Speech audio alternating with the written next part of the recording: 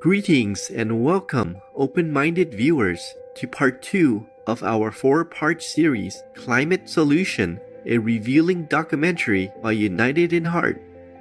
Co-founded in 2018 by Mr. Arvind Paranjpe and his wife, Mrs. Nandini Paranjpe, United in Heart's mission is to use the many scientific studies by revered climate scientists to quickly spread global awareness about the urgency of climate change as well as the fastest, most efficient solutions. In February 2021, the United in Heart organization released a hard-hitting documentary entitled United in Heart: Hunger and Climate Solutions. In part 1 of this series, we presented the first segment of the film, which discussed the vital importance of tree planting and reforestation in halting climate change.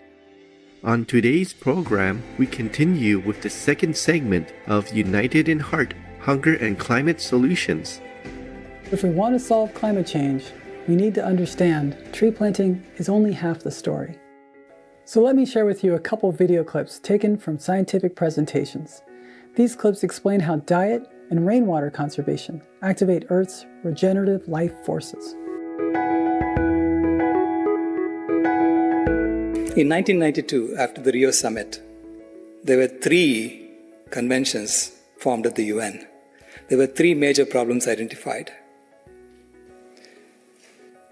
The first was biodiversity loss, the second was ecosystems collapse, and the third was climate change. So they formed 3 conventions: the Convention on Biological Diversity, the UN Convention to Combat Desertification, and the UN Framework Convention on Climate Change. How often do we ever hear about the first 2? But we keep track of the fever, the climate change. I'm a systems engineer, so I look at it from a systems perspective. So I was looking at the 3 major problems, and so where is the best place to go study these 3 major problems in one spot? So I went to this village in Rajasthan, India, which is on the edge of the Thar Desert. If you look, this is the satellite map of the world, and if you look, this desert starts at the western edge of Africa, goes all the way into India, and becomes the Thar Desert there. It goes all the way into China and becomes the Gobi Desert there. It is one contiguous desert. And if you know your history, right, you know that this is where the major civilizations of the world were. That's where Egyptian civilization, Babylonian civilization, Persian civilization, Indus Valley civilization, Chinese civilization, they were all in this region, and the desert happened. You see, the reason there is a lot of deforestation and desertification happening in this region is because the vegetation is eaten by livestock or farmed animals, and then we milk the farmed animals and sell the milk to the people in the city. So the biomass from the forest is now disappearing into the city, including the nutrients from the forest. Or we raise goats, and then we sell the goats to people in the city to eat. So the biomass from the forest is now, including the nutrients, is disappearing into the city. So over time, we are depleting the forest. And when goats finish eating, they leave nothing behind because they even eat the roots. So it becomes a desert. So it was clear that anything new is eaten by animals, or domestic animals, and anything old that is in the forest is being cut down and burnt for firewood. So the forest was being attacked from below and from above, and it was dying.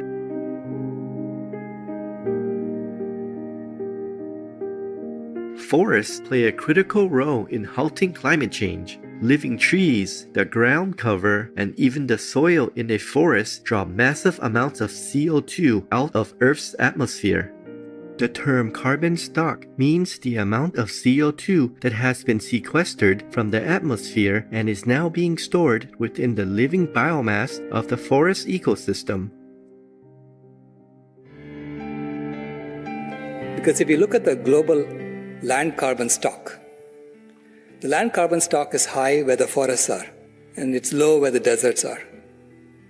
And on land, there is 3 times as much carbon as in the atmosphere. So there is tremendous potential to sequester the carbon on land from the atmosphere. So you can see how the dense land carbon stock corresponds to the forests. This is the Amazon, this is the Congo, the 2 major tropical forests still left. But they're being eaten right now, as we speak, by our farmed animals.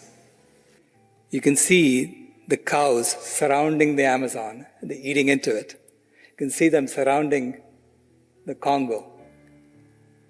So as we expand our consumption of animal foods, more and more of these forests are being destroyed. And take a look at India. That's lacto-vegetarianism, because India has about 600 million lacto-vegetarians. To Sailesh's point, a 2019 publication in Science indicates that if we add 1 trillion trees to the Earth, we'll cut the atmospheric carbon pool by 25%. But deforestation is outpacing reforestation. Sadly, we're clearing 1 acre per second of Amazon rainforest to make room for our animal agriculture.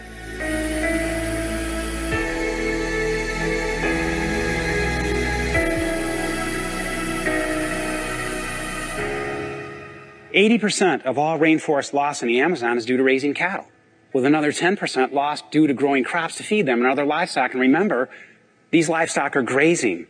It's not a matter of factory farming. We've already lost numerous ancient tribes, over 90 of them, shaman, undiscovered medicinal plants, and millions of living things. We'll never see them again. It's quite easy to quantify our global depletion of land with far too much of it being used for the wrong purpose. I mean, you can see this just about everywhere. This is how much land is being used to raise livestock. 45% of the entire land mass on Earth. It's simply terribly inefficient. You can produce 15 times more protein from plants as you can from meat on any given area of land. You can produce anywhere from 5,000 to 45,000 pounds of plant foods on 1 acre of land versus 480 pounds. At best, at stretching at best, of meat or animal products on 1 acre. It's shocking, knowing just how much land on Earth is used for raising animals, how terribly inefficient this really is. There are nearly 1 billion people suffering from hunger. This year alone, 6 million children will die from starvation. Well, 82% of the world's starving children live in countries where food is fed to animals that are then killed and eaten by more well-off individuals in developed countries. 1/4 of all grain produced by third world countries is now given to livestock in their country or out. In 2012, there was considered a record harvest of grain in the world, 2.6 billion tons. But half of that was fed to animals in the meat and dairy industries. 77% of all coarse grains produced in the world now go to livestock. We can't blame climate change then, droughts or flooding, for the world's food security issues. Most of our food's going to the wrong place. Let's face it, we are ignoring our children's basic needs. The World Health Organization reported that 6 million children starved to death in 2009 alone. I know it's uncomfortable, but we need to ask ourselves how we can help. I believe the braver our food and communication goals, the more of a difference we can make, not only for the impoverished black, brown, and tan children of the global south and the east, but for all children by helping us prevent the worst effects of climate change.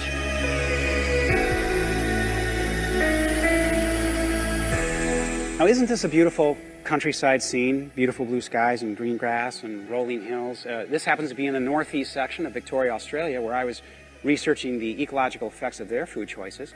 And I also see something else, which is the main reason I visited this specific area to research. I mean, lock in this area, or this view, for just a moment as we advance. We're going to leave this area. We're going to just get out of the car and go down the road a few hundred yards and get off our bikes.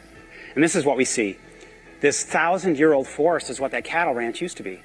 And it was the home to numerous insects, plants, and animals. There are 3 different types of eucalyptus trees growing here, and one animal in particular that I was looking for, which is now endangered due to destroying its home. It's this little guy.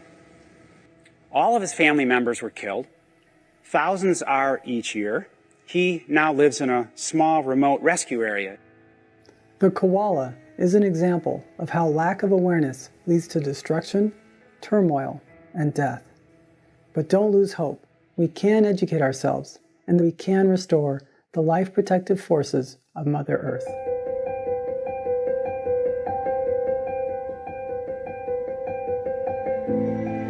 Thank you, United in Heart, for sharing such important information at the most critical time in our planet's existence. We wish that more world leaders and citizens will heed this urgent call to heal our already burdened atmosphere and eradicate the climate crisis by choosing the only certain and viable solution, the vegan lifestyle. For more information on United in Heart, please visit unitedinheart.org.